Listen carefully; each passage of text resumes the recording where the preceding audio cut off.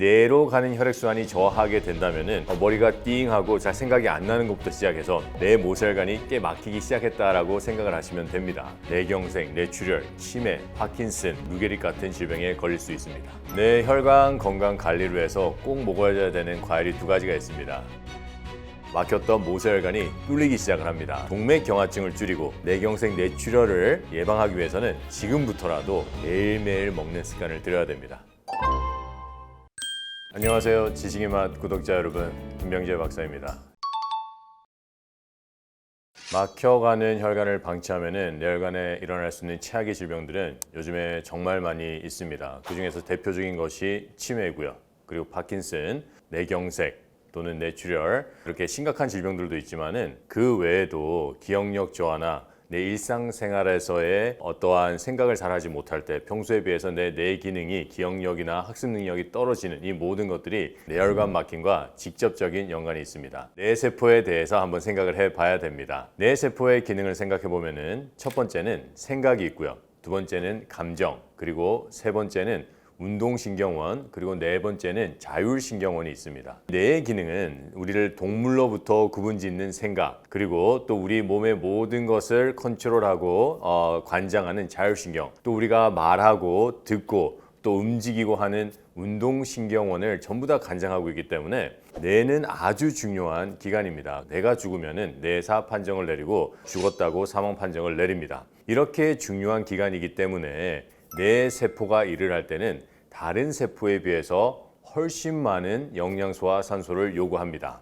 이 세포들이 영양소와 산소를 공급받는 방법은 피를 통해서 공급을 받습니다. 이 피가 모세혈관을 타고 우리 뇌로 가서 이제 뇌 세포에게 직접적인 혈액 공급을 하게 되는데, 또 이 뇌는 아주 중요한 임무를 수행하는 세포들이기 때문에 우리 뇌의 구조를 보면은 다른 세포들은 직접적으로 모세혈관으로부터 혈액을 공급받습니다. 하지만 뇌 세포는 하나의 장벽이 있어요. 그 장벽이 있는 이유는 뇌가 감염이 되거나 뇌로부터 어떠한 이물질이 침투하는 것을 막기 위해서 그 장벽을 이루고 있는 것을 성상교 세포라고 합니다. 한 뇌신경 세포에는 4개 정도의 성상교 세포가 모세혈관에 각각 수십 개의 빨대를 꽂고 혈액을 쫙쫙 뽑아들어서 그 안에 있는 영양소와 산소를 공급하는 구조를 가지고 있습니다. 그만큼 뇌에 대한 혈액 공급은 아주 중요하다는 얘긴데요. 이렇게 중요한 혈액 공급이 점점 저하가 되기 시작을 하면은 뇌신경세포는 생각, 학습, 감정, 그리고 우리의 행동, 자율신경, 운동신경 같이 아주 중요한 기능들에게 문제들이 생기기 시작을 합니다. 뇌신경세포는 훨씬 더 많은 영양소와 산소를 필요로 하고, 그러기에 훨씬 더 많은 혈액이 필요하고, 이 모든 것들이 원활한 혈액순환에 달려 있습니다. 뇌로 가는 혈액순환이 저하게 된다면은 우리가 흔히 느끼는 머리가 띵하고 잘 생각이 안 나는 것부터 시작해서 기억력 저하, 뇌경색, 뇌출혈, 치매, 파킨슨, 그리고 더 나아가서는 루게릭 같은 질병에 걸릴 수 있습니다. 뇌 혈관 건강 관리를 위해서 꼭 먹어야 되는 과일이 두 가지가 있습니다. 그것은 바로 레몬과 석류입니다. 뇌 혈관을 우리가 보면은 이 모세혈관이 가장 중요합니다. 모세혈관 옆에 세포들이 존재하고요. 그리고 그 모세혈관으로부터 세포들이 혈액을 공급받기 때문에 동맥보다 더 중요한 것은 모세혈관입니다. 이 모세혈관의 상태가 상당히 중요하고, 그 모세혈관을 흐르는 혈액의 상태가 상당히 중요합니다. 이렇게 굵은 혈관이 있고 또 얇은 혈관이, 아주 좁은 혈관이 있어요. 거기에 우리가 혈관을 막을 수 있는 석회질과 점액질과 이물질을 동시에 흘려보낸다면 어느 혈관이 먼저 막힐까요? 물론 작은 혈관부터 막힙니다. 아직까지 우리는 모세혈관을 볼 수 있는 기술은 아직 존재하지 않습니다. 정맥과 동맥을 보는 것은 존재합니다. 우리가 이 검사를 했을 때 동맥은 아직 괜찮습니다 라고 얘기를 들을 수는 있지만은 동맥과 정맥보다 훨씬 더 얇은 우리 머리카락의 10분의 1 정도밖에 안 되는 그 지름을 가진 모세혈관은 벌써 많은 문제들이 생기기 시작을 했습니다. 내 뇌신경 세포로 가는 내 혈관이 막힌 가장 흔한 증상이 이제 기억력 저하입니다. 그래서 내가 기억력 저하가 있다 그러면은 내 모세혈관이 꽤 막혔다고, 이제 꽤 막히기 시작했다라고 생각을 하시면 됩니다. 이렇게 막힌 모세혈관을 뚫을 수 있는 식품이 필요한데, 모세혈관을 막는 주요 원인들은 첫 번째는 석회질, 두 번째는 점액질, 세 번째는 이물질, 네 번째는 지방입니다. 이러한 것들을 다 녹여낼 수 있는 것은 과일에 있는 유기산입니다. 그 중에서도 특히 유기산이 많은 과일은 바로 신과일이고, 그 중에서도 가장 유기산이 많은 과일이 바로 레몬입니다. 막혔던 모세혈관이 뚫리기 시작을 합니다. 그래서 혈액순환이 원활하게 되기 시작을 하고 유기산도 풍부하지만은 그 외에 비타민 C, 비타민 E가 또한 풍부합니다. 우리 혈액에 존재하는 가장 많은 독소인 활성산소를 가장 효과적으로 없애줍니다. 그리고 또 셀레니엄이나 징크 같은 항산화 미네랄 또한 풍부하기 때문에 우리가 세포가 대사를 하게 된다면은 우리 몸에 필요한 에너지나 물도 만들어내지만 탄소나 요산이나 활성산소를 만들어내기도 합니다. 특히 이 뇌는 탄수화물을 주 에너지원으로 쓰기 때문에 그리고 워낙 많은 대사를 해야 되기 때문에 보통 세포보다 훨씬 더 많은 활성산소가 만들어집니다. 그렇기 때문에 레몬에서 들어오는 유기산으로 혈관을 청소할 뿐만 아니라 레몬 안에 있는 비타민 C, 비타민 E, 그리고 셀레니엄, 징크 같은 강력한 항산화제가 꼭 필요한 게 우리 뇌 혈관 건강을 지키는데 꼭 있어줘야 되는 영양들입니다. 또 다른 과일은 석류입니다. 이 석류에 대한 연구는 정말 놀라운 연구들이 많은데 최근 나온 연구들을 보면은 뇌 혈관에 생기는 이 막힘을 예방해 준다는 연구들이 있습니다. 물론 뇌 혈관뿐만이 아니었어요. 이거는 인간과 지 동물 실험에서 둘 다 검증된 연구들인데 동맥경화증을 줄이고 또 뇌혈관 질환을 예방하고 개선할 수 있다는 연구들이 있습니다. 석류에는 강력한 폴리피놀과 플라보노이드가 많이 들어가 있습니다. 뇌혈관에 염증이 생기면은 그 염증 때문에 뇌혈관들이 막히기 시작을 합니다. 이거를 뇌염증을 예방하고 개선할 수 있는 게 석류의 풍부한 항산화제입니다. 석류가 과일 중에서는 가장 높은 항산화 지수를 가지고 있습니다. 더 놀라운 것은 이 석류에는 에스트로겐과 같은 역할을 하는 영양소들이 많이 들어가 있습니다. 에스트로겐은 여성분들에게도 아주 중요한 호르몬이지만은 남녀노소 모두에게 필요한 호르몬이기도 합니다. 우리 인체에서 칼슘의 흡수를 돕고 칼슘의 활용을 돕는 일을 하는데 이 칼슘은 혈액에서 가장 중요한 해독 인자입니다. 우리 혈액에 독소, 활성산소, 석회질, 점액질 이러한 독소들이 들어올 때 그것들을 아주 효과적으로 해결할 수 있는 게 바로 칼슘입니다. 또한 미세 플라스틱이나 중금속이 우리 뇌혈관으로 들어왔을 때 그것들을 잡아서 우리 몸 밖으로 배출을 하는 해독인자 또한 칼슘입니다. 칼슘은 혈관의 염증을 예방할 뿐만 아니라 혈관을 막힘을 예방하고 또 개선을 할 수 있는데 칼슘을 흡수하고 활용할 수 있는 게 가장 많이 들어가 있는 과일이 바로 석류입니다.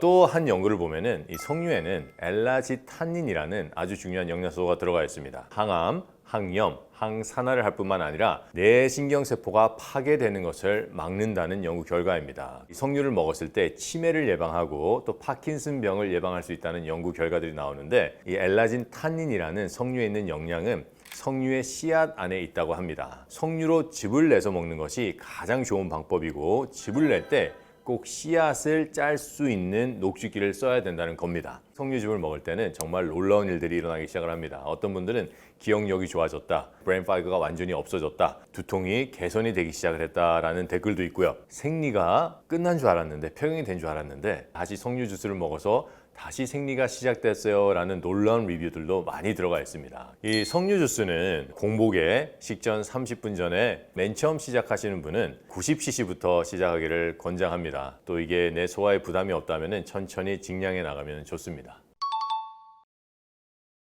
뇌혈관 건강을 위해서 참기름 대신에 생들기름을 꼭 먹어야 되는 이유는 참기름은 활성산소가 아주 많기 때문에 그렇습니다. 참기름을 볶잖아요. 참깨를 우선 볶습니다. 참기름을 내기 위해서 가스레인지에 불을 켜면 상당히 높게 올라갑니다. 적어도 800도 정도 올라가는데 그 후라이팬이 달궈지면 후라이팬은 적어도 220도에서 한 300도까지는 충분히 올라갈 수가 있습니다. 거기에 이제 참깨를 넣고 우리가 볶기 시작을 합니다. 볶아지고 있는 참깨의 온도는 180도 정도 올라가기 시작을 합니다. 그러면은 그 참깨를 둘러싸고 있던 인지질이 과산화 지질로 바뀌기 시작을 합니다. 이 과산화 지질은 아주 강력한 활성산소입니다. 볶고 있는 참깨는 벌써 활성산소가 되었습니다. 이제 우리가 그 참깨들을 모아서 이제 기름을 내는데 기름을 내는 과정에서 열이 계속 발생하게 됩니다. 더욱더 산화될 수밖에 없습니다. 이 활성산소는 우리 인체에 들어와서 뇌혈관을 파괴시키고 뇌혈관으로 가는 적혈구와 백혈구와 혈소판을 파괴시켜서 뇌신경세포가 파괴되고 또 재기능을 할 수 없게 만듭니다. 반면에 이 생들기름은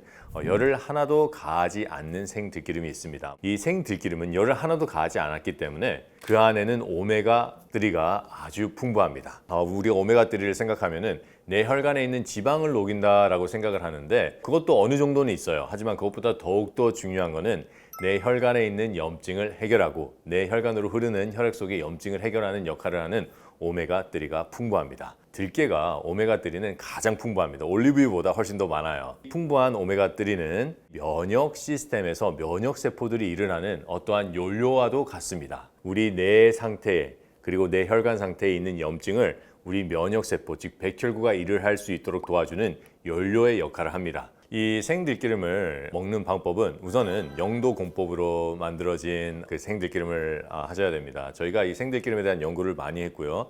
그랬더니 이 제조 과정에서 어느 정도의 문제가 있고 그 문제는 산패율로 직접적으로 이어졌습니다. 그래서 저희가 이제 영도 공법으로 직접적으로 생들기름을 만들기 시작을 했는데, 이거를 먹는 가장 좋은 방법은 이 식사 시간에 생들기름 장을 만드세요. 한 소주잔으로 한 반잔 정도 넣고 거기에 일정의 약간의 소금입니다. 거기에 채소나 이런 것들을 계속 찍어 먹으면은 아주 맛도 좋고 또 충분히 이 생들기름을 많이 먹을 수 있는 방법입니다.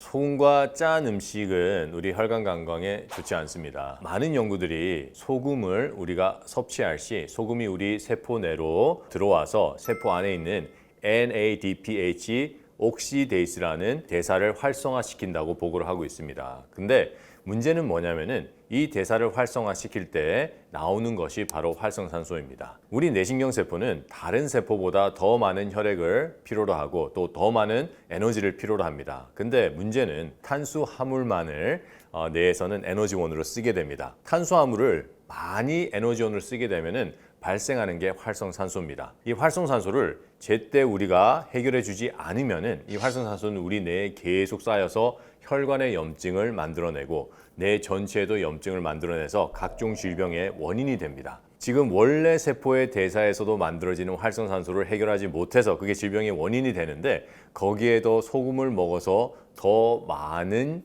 활성산소를 만들어낸다면 내 혈관뿐만 아니라 내 자체의 염증을 만들어내는 중요한 원인이 됩니다. 그렇기 때문에 소금이 어느 정도는 필요하지만은 많은 소금을 먹으면 안 되고요. 우리가 뇌 하면은 뇌 신경만을 생각할 게 아니라 더 중요한 뇌혈관을 꼭 생각하고, 우리가 치매나 파킨슨 또는 뇌경색 뇌출혈을 예방하기 위해서는 지금부터라도 뇌혈관 건강을 위해서 석류나 레몬을 매일매일 먹는 습관을 들여야 됩니다. 감사합니다. 뇌졸중 같은 경우는 전혀 증상이 없고 주말에 골프 라운딩을 간 거예요. 18홀에서 갑자기 쓰러진 거예요. 그리고 바로 그 자리에서 사망을 하게 됩니다. 이만큼 뇌졸중은 무서운 병입니다.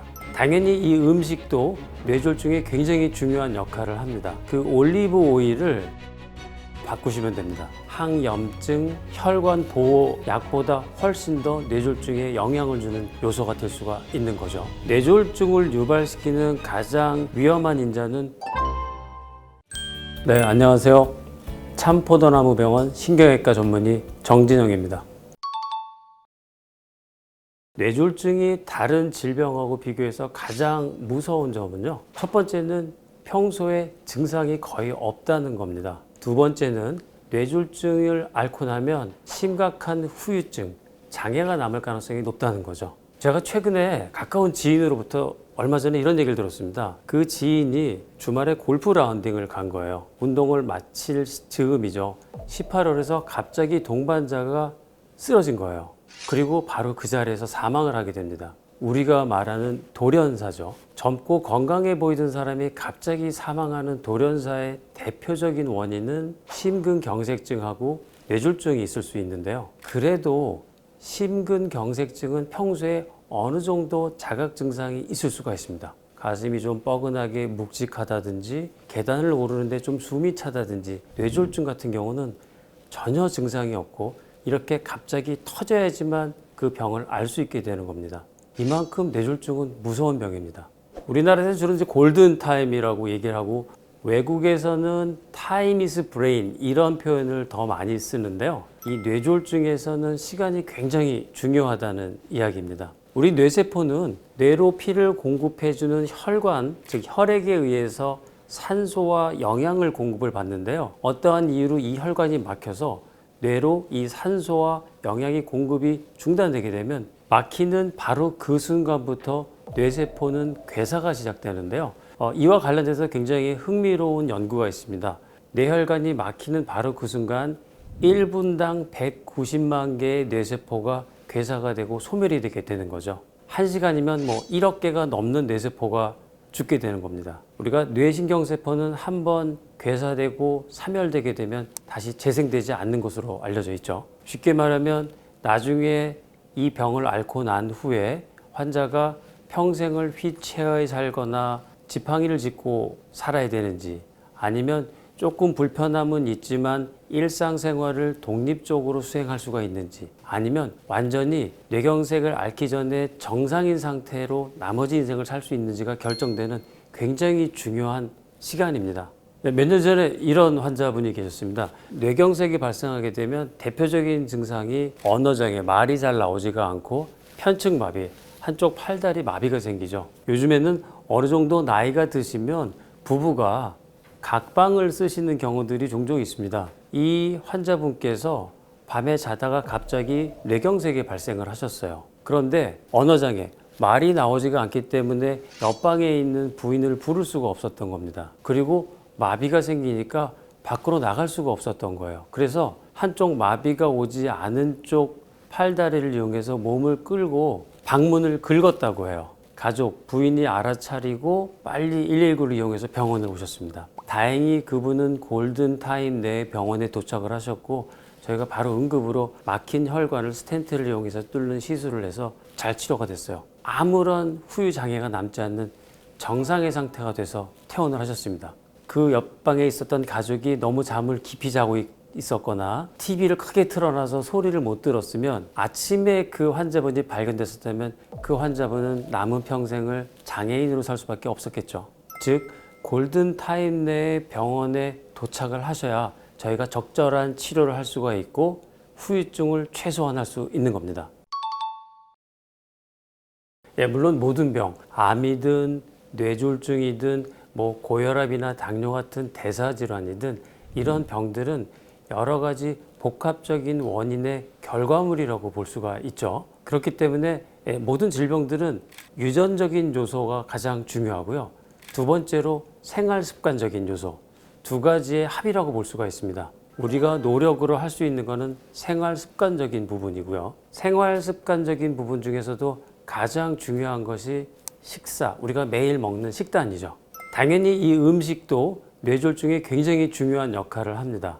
약처럼 즉각적인 효과가 나타난 것은 아니지만 매일 먹는 음식이 쌓이면 약보다 훨씬 더 뇌졸중에 영향을 주는 요소가 될 수가 있는 거죠. 요즘 음식과 건강에 대한 관심이 굉장히 많기 때문에 지중해식 식단이라는 말 다들 들어보셨을 겁니다. 지중해 식단이라고 하는 것은 채소나 과일, 올리브유, 고기 육류로는 붉은 고기보다는 생선류, 견과류나 통곡물 위주로 먹는 식단을 얘기합니다. 이미 수많은 연구에서 이 지중해식 식단이 심장병이나 뇌졸중에 좋다는 것이 밝혀졌고요. 저희 한국의 전통적인 식단과 지중해 식단은 어떻게 보면 굉장히 유사한 점이 있습니다. 우선 식물성 위주의 식사인 것하고요. 곡물 위주의 식사인 것이 지중해 식단과 유사한 점입니다. 차이점이라고 하면 한국식 식단은 주로 흰쌀밥 위주로 먹고 올리브유 같은 그런 기름기가 적다는 것이 차이점이라고 할 수가 있습니다. 한국인을 대상으로 지중해식 식단이 고혈압에 미치는 굉장히 흥미로운 연구 결과가 발표가 됐는데요. 무려 1,700명의 환자를 14년 동안 추적 관찰한 겁니다. 대단한 연구죠. 지중해식 식단을 잘한 그룹과 그렇지 않은 그룹으로 나누어서 비교를 했는데 지중해식 식단을 잘 유지한 그룹에서는 고혈압 발생률을 30%가량 줄일 수 있었다는 결과가 나왔습니다. 결론적으로 한국식 식단을 우리는 하지만 소위 말하는 지중해식 식단의 음식에 가까운 한국식 음식을 장기간 섭취를 했을 경우에 고혈압이라는 위험 인자를 30% 이상 낮출 수 있다는 굉장히 흥미로운 연구 결과죠. 그래서 그러면 어떻게 하면 이 지중해식 식단을 한국식 버전으로 바꿔볼 수 있을까?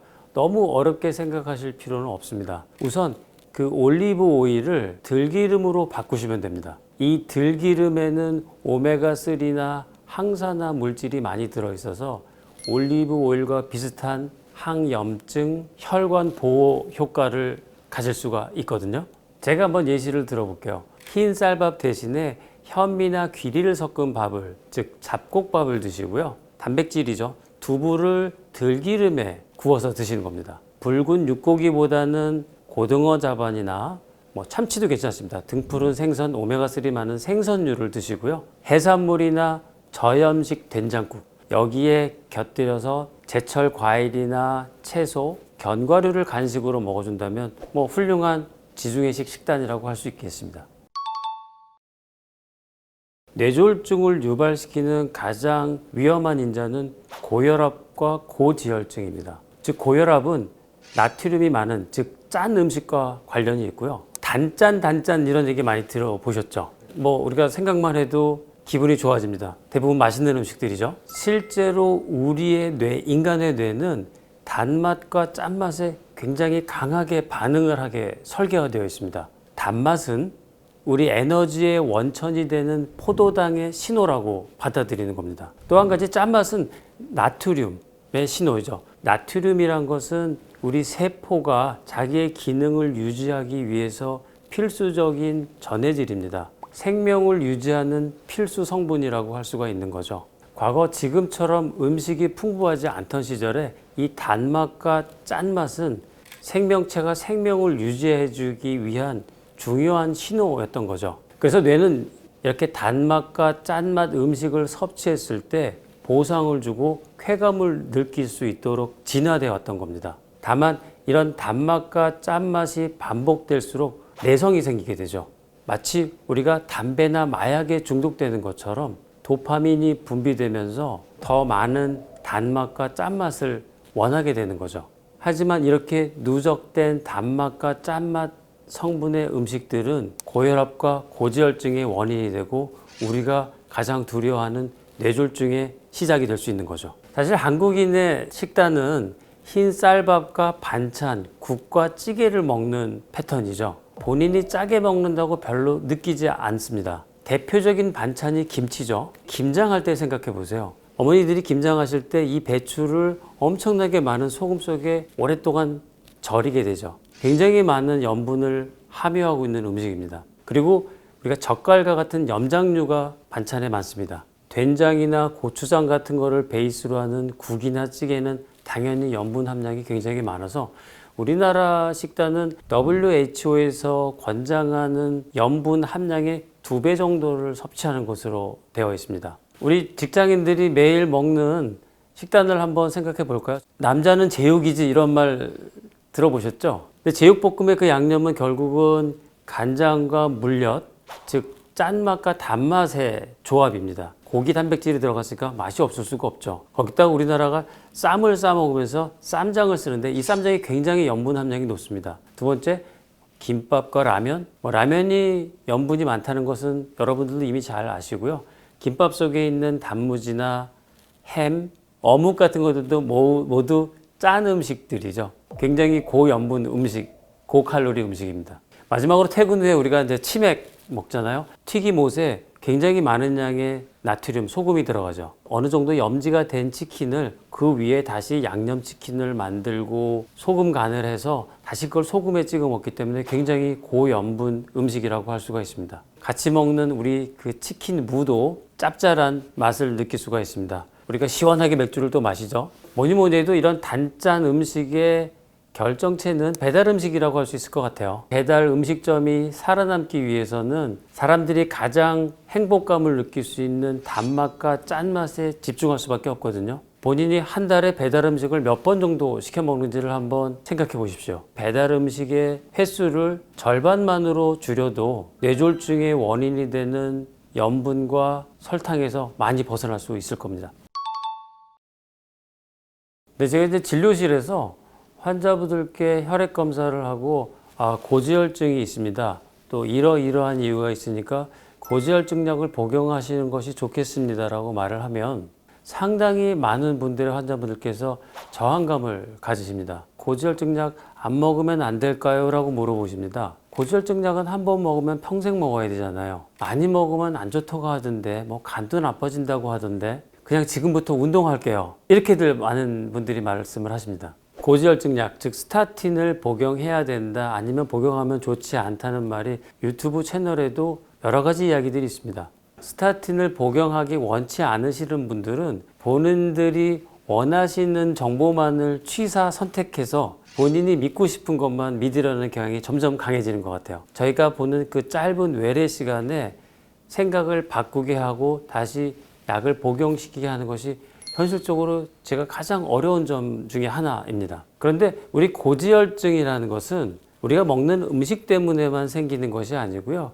우리가 유전적으로 이미 어느 정도의 콜레스테롤을 몸에서 합성해내도록 세팅값이 정해져 있다고 보시면 돼요. 7, 80%의 콜레스테롤은 우리 몸에서 스스로 합성을 하는 것이고요. 우리가 먹는 음식으로는 20, 30%밖에 차지하지가 않습니다. 내가 음식을 아무리 잘 관리해도 20, 30% 정도의 효과밖에 얻을 수가 없는 것이고요. 그리고 많은 분들이 운동을 하시겠다고 말씀을 하시는데요. 땀이 날 정도의 강도가 높은 유산소 운동을 일주일에 150분 이상, 하루에 30분씩 땀나는 운동을 일주일에 5번을 해야 됩니다. 쉽지 않습니다. 고지혈증 약 스타틴은 지금도 전 세계 수억 명의 인구가 복용을 하고 있고 그동안 수많은 과학적인 연구에서 안정성이 확보된 약이기 때문에 뇌졸중을 예방하기 위해서 스타틴을 복용하시는 것을 권유를 합니다. 그래서 담당 의사가 혹시 고지혈증 약을 권유를 하시게 되면 의심하시지 마시고 복용하시는 것을 저는 추천드립니다. 항상 아픈 분들을 보면 먹는 게 이미 망가져 있는 분들이 참 많아요. 음식을 함부로 드시는 분들은 대부분 질병에 노출되어 있는 게 많습니다. 무엇보다 중요한 게 치매에는 혈액이 부족하지 않게 관리하는 게 매우 중요합니다. 혈액을 잘 만들어주고 순환을 잘 시켜주는 재료가 혈관 건강 파동 주스라고 해서 이것만 매일 하루에 한 번 주스로 만들어서 꾸준히 드셔도 치매 예방에도 매우 좋고 재료를 먼저 소개를 해드릴게요. 저는 음식치유 전문 상담 약국을 하고 있는 황혜연 약사라고 합니다. 그리고 지금 현재 음식치유를 강의하고 있는 한국푸드닥터협회에서 교수로 있고요. 음식으로만 환자분들을 치유하고 건강하게 하는 일을 하고 있습니다. 치매에 대해서는 다들 정말 두려워하시더라고요. 평소에 건강적 불안감이 없는 분들도 치매만큼은 나이가 들어갈 때 굉장히 두려워하세요. 왜냐하면 그게 치매라는 게 한 번 걸리면 되돌리기가 많이 어렵고 완치의 개념도 없기 때문에 아마도 많이 두려워하시는 것 같아요. 그런데 이제 치매는 결국에는 뇌 조직이 손상되는 거거든요. 근데 조직의 손상은 혈액의 공급이 원활하게 이루어지지 않고 또 노폐물을 잘 배출하지 못할 때 이제 일어난다고 보시면 돼요. 그래서 이것도 하나의 그냥 혈관 질환의 하나로 바라보시는 게 제일 좋고요. 그렇기 때문에 혈액을 잘 만들어주고 순환을 잘 시켜주는 재료가 가장 도움이 된다고 할 수 있어서 저는 미역을 추천합니다. 미역은 출산하고도 먹는 좋은 재료잖아요. 그 이유가 거기에는 철분도 들어있고 엽록소가 굉장히 풍부해서 혈액을 잘 만들어줍니다. 그만큼 혈액 양이 풍부해지면 혈액을 많이 소모하는 뇌에도 충분히 갈 수가 있어요. 혈액이 부족하다 보면 이 심장보다 위쪽에 있는 뇌에 혈액을 많이 공급할 수가 없거든요.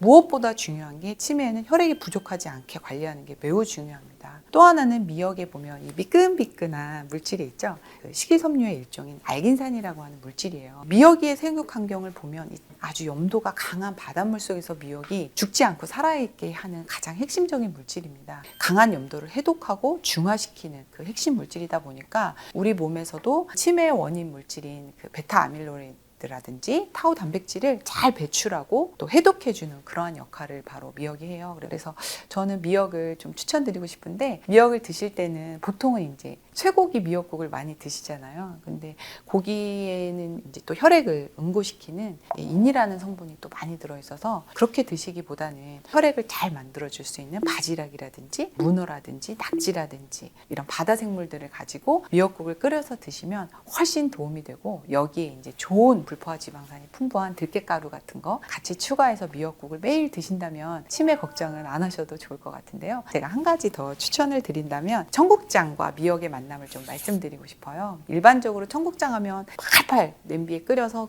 찌개로 많이 드시잖아요. 근데 저희 푸드닥터 책에 보면 생청국장 미역 초무침이라는 레시피가 나옵니다. 그래서 미역과 생청국장이 식초와 함께 이렇게 만나게 되면 우리 장에는 단세 지방산이라는 게 많이 생겨요. 근데 이 단세 지방산이 장 점막도 튼튼하게 해주고 장내 미생물도 잘 만들어주면서 동시에 뇌 건강에도 매우 유효하다는 연구 결과가 많습니다.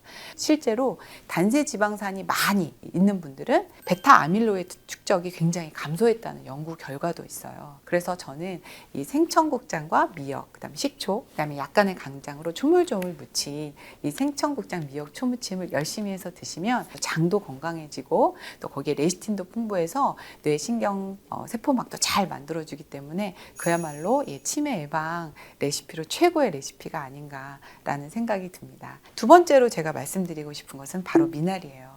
이 치매도 혈관 질환이기 때문에 뇌라고 특별하게 다른 혈관과 다를 바가 없거든요. 그래서 혈관 명약이라고 하는 미나리를 말씀드리고 싶은데, 미나리는 이 생육 환경을 보면 수생식물이면서 굉장히 더러운 그 늪지를 잘 정화하면서 살아가는 그런 생육 환경을 가지고 있는데, 이 미나리를 육안으로 보셔도 어때요? 이렇게 쭉 뻗어 나가잖아요. 그러니까 이 막힌 혈관도 잘 뚫어준단 말이에요. 이 뇌의 독소들도 잘 배출해주고 뇌 혈액순환이 잘 되게 해주니까 뇌 조직에 손상되는 것을 잘 막아줍니다. 근데 저희 푸드닥터 마스터 클래스에 보면은 혈관 건강 파동 주스라고 해서 미나리를 가지고 혈관을 건강하게 해주는 그런 레시피가 있습니다. 이것만 매일 하루에 한 번 주스로 만들어서 꾸준히 드셔도 치매 예방에도 매우 좋고 다른 혈관 건강에도 매우 도움이 되실 거라고 생각이 들어요.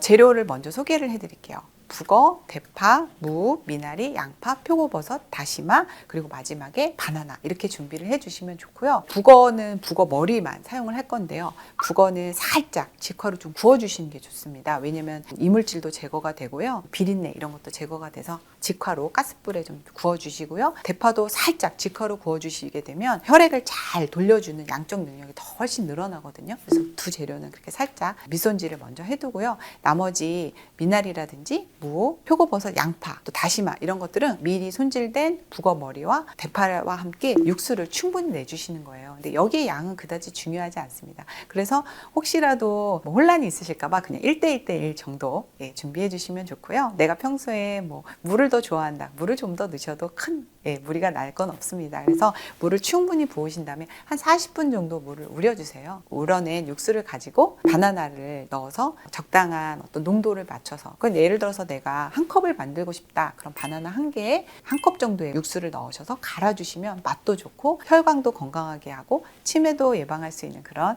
혈관 건강 파동 주스가 됩니다. 만약에 치매를 예방하고 싶고 또 현재 치매가 좀 진행 중이어서 걱정이 많은 분들에게 이런 밥상을 한번 제안을 해드리고 싶어요. 아침에는 아까 제가 말씀드린 혈관 건강 파동 주스 한 잔 마시고요. 이제 점심에 식사로는 미역국, 여기에는 이제 조개류나 전복이나 낙지류들을 넣은 미역국을 하나 끓이시고요. 밥을 좀 잘 해서 드시면 좋습니다. 그래서 혈액을 잘 만들어주는 재료들은 우리가 알고 있는 푸른 채소들이 굉장히 많고, 그거보다 더 푸른 애들이 누구일까요? 바로 이 해조류들이거든요. 해조류 중에서 철분이 가장 많은 애는 미역보다 톳이에요. 그래서 톳, 거기에다가 또 시래기 이런 것들이 굉장히 철분이 풍부하거든요. 그래서 톳 시래기로 밥을 하나 지으시고요. 반찬으로는 아까 제가 말씀드린 생청국장 미역 초무침 해서 이렇게 세 가지를 구성을 해서 하루에 한 끼 정도는 이렇게 꾸준히 드신다면 치매 걱정에서 굉장히 해방되실 수 있고, 진행 중이신 분들은 치매를 진행 속도를 늦추고 더 악화되지 않게끔 이렇게 도와주는 식단이라고 생각합니다. 호두 2-3알 정도 이렇게 같이 곁들여서 드시면 호두에 좋은 어떤 그 뇌를 건강하게 하는 지방 성분이 들어있거든요. 영양적으로도 훌륭하고 맛도 굉장히 있을 것 같죠. 또 치매도 예방되는 굉장히 좋은 레시피라고 생각이 듭니다. 실제로 치매가 굉장히 진행이 좀 안정화되고 늦춰지고 또 치매로부터 굉장히 좀 예방이 되고 진행을 억제하는 데 굉장히 많은 도움을 드렸던 임상이 많습니다. 그래서 이러한 재료들을 어떻게 하면 좀 더 효율적으로 먹을까 하는 어떤 고민이 많이 담겨져 있는 게 저희 푸드닥터 마스터 클래스 레시피거든요. 거기에 있는 재료들을 가지고 뇌에 충분한 혈액과 건강한 지방과 또 뇌를 잘 뚫어줄 수 있는 이러한 재료들을 가지고 꾸준히 챙겨 드신다면 치매로부터 굉장히 안전한 노년을 보내실 수 있을 거라고 저는 말씀드리고 싶습니다. 치유란 질병이 이제 안 걸리는 게 아니라 누구나 걸릴 수는 있지만 원래대로 돌아가는 것. 그게 바로 치유라고 할 수 있어요. 근데 치유는 회복 탄력성이라는 게 회복이 돼야 되는데 이거는 하루아침에는 안 됩니다. 그래서 음식 치유도 그냥 어쩌다가 이 음식 좋다 해서 그냥 한 번 먹고 누가 토마토 좋다 해서 한 번 먹고 이렇게 일어나진 않아요. 그래서 저희 푸닥터 마스터 클래스라는 책을 보면 어떠한 증상이 어떤 질환에 맞는 음식 처방이라는 게 있습니다. 그래서 이러한 음식 처방을 만든 이유가 음식의 재료도 중요하지만 조리법에도 가장 유효 활성 물질을 잘 흡수할 수 있게끔 또 그 음식의 각각의 재료들이 서로 합을 맞춰서 어떤 치유를 일으키게끔 한 하나의 맞춤 처방이거든요. 이렇게 처방으로 만들어서 매일 정해진 시간에 마취약처럼 그렇게 규칙을 가지고 먹었을 때 우리 몸에 망가진 항상성이 회복이 된다라는 거예요. 그래서 음식 치유는 바로 이 망가진 항상성 회복을 위해서 정해진 음식 처방을 마취약처럼 꾸준히 먹는 것, 이게 바로 저는 음식 치유라고 말씀을 드리고 싶습니다. 그런데 제가 이렇게 음식을 처방하는 약사가 된 이유는 저에게는 그럴 만한 개인적인 어떤 일들이 많이 일어났던 것 같아요. 그 중에 하나는 저희 어머니가 한 25년 전 암으로 약사가 되자마자 그 다음 해에 돌아가셨어요. 약국에 있는 어떠한 약으로도 어머니를 좋게 해드릴 방법이 없었어요. 저는 그때부터 약으로 뭔가 치유를 일어나게 하기는 힘들다라는 걸 알아버렸고 일반적인 어떤 처방하고 약을 조제하는 약사로서의 삶을 처음에 약사가 되자마자 살 수 없었던 것 같아요. 두 번째는 저도 저의 그 어머니만큼이나 끊임없이 아픈 인생을 살아왔어요. 그래서 불과 몇 년 전까지 굉장히 몸이 안 좋았지만 제 스스로 이것을 극복해내가는 방법을 쉽게 찾아내지 못했어요. 우리가 흔히 약국에 가면 뭐 영양제들 있고 건강기능식품도 있고 좋다는 게 참 많지만 거기서 해답을 찾지 못했기 때문에 끊임없이 나를 치유하려고 노력하는 가운데서 이 푸드닥터가 답이라는 것을 제 스스로의 치유를 위해서도 알게 된 것이죠. 또 하나는 많은 환자들을 늘 매일 만나고 있지만 하루에 그런 분들 중에서 항상 아픈 분들을 보면 먹는 게 이미 망가져 있는 분들이 참 많아요. 음식을 함부로 드시는 분들은 대부분 질병에 노출되어 있는 게 많습니다. 그래서 원인이 음식에 있다 보니 이거를 다루지 않고 아무리 좋은 걸 제가 이야기한들 교정되지 않고서는 치유가 될 수 없다는 걸 알았기 때문에 저는 음식을 처방하는 약사의 길로 살아왔던 것 같습니다.